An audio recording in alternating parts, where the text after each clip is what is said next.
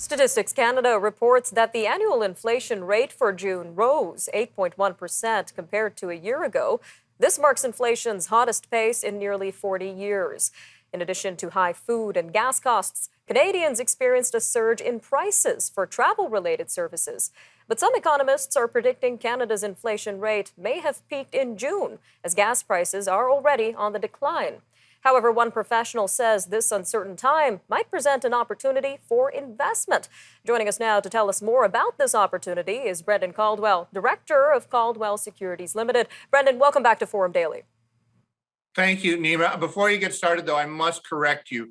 I don't know that travel has gone up, but attempts to travel have. Whether they've been successful or not is a whole other issue. But you had questions. Fair enough, Brendan. Now, right now, we know inflation, recession, and rising interest rates continue to be on everyone's minds. What are your thoughts on this, Brendan?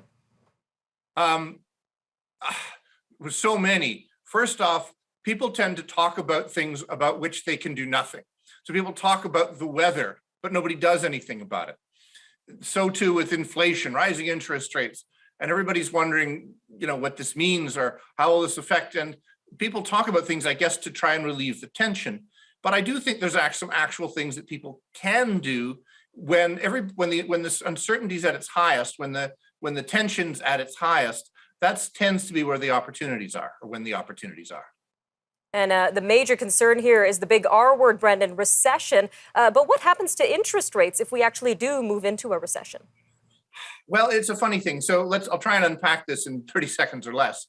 But what the central banks, the Bank of Canada and the US Federal Reserve are actually trying to do is create a recession, or at least create an economic slowdown. Because the theory is if they raise short-term rates to the point where they're now higher than long-term rates and they raise the cost of borrowing, this will slow down the economy such that inflation rates will come down and everything will normalize. And it'll be like the last 20 years have been, where we've seen flatlined inflation, flatlined interest rates, nothing above 2%. Nobody needs to worry. The tricky part, though, is that this is not just like it always was before, in that, as you mentioned in your intro, there's lots of external factors other than a normal national economy overheating that are causing these high prices. So not sure that rising interest rates are actually going to fix it. Nor am I sure it's going to cause a recession.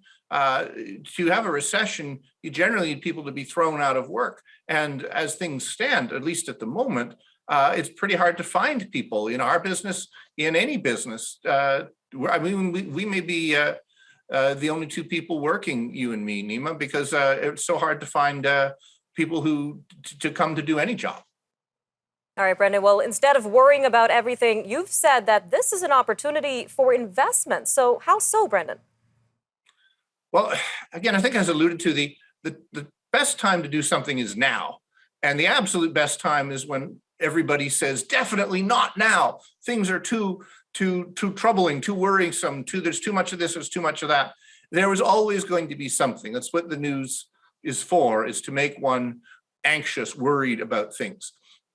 But when people are particularly anxious and worried, as they are right now, that is when the opportunities are. The worst time, if there is a worst time to invest, is when everybody's sure it's going to go straight up forever. Because once everybody is sure that everything is fine, it's not going to be fine. So here, you're not, at least now you're not overpaying. Doesn't mean you take everything you have, and it certainly doesn't mean you actually borrow money against your house or anything else. It does not mean you borrow money to invest. But if you have $100,000 to invest 10,000 of it. If you have 10,000 to invest 1,000 of it. Take this opportunity to do a little bit. And whether markets go up or down from this point forward, it'll make it that much easier to do a little bit more. All right, Brendan, we've got a quick 45 seconds left here, but do you see any relief for investors, for Canadians in general, in terms of these rising prices and inflation? Well, it actually can be very good for companies, because for the last 30 years, literally since I've been in the investment business, you can tell by the gray hair, it's been a little while. Companies have not had the ability to raise prices. The only way to increase margins, the only way to increase profitability is by lowering costs, by technology, by outsourcing.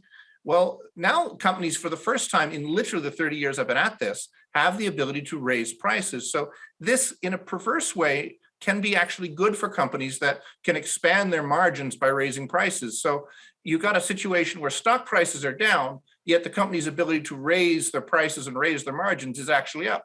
So you may be right, Nima. This might not be a bad time to get started investing.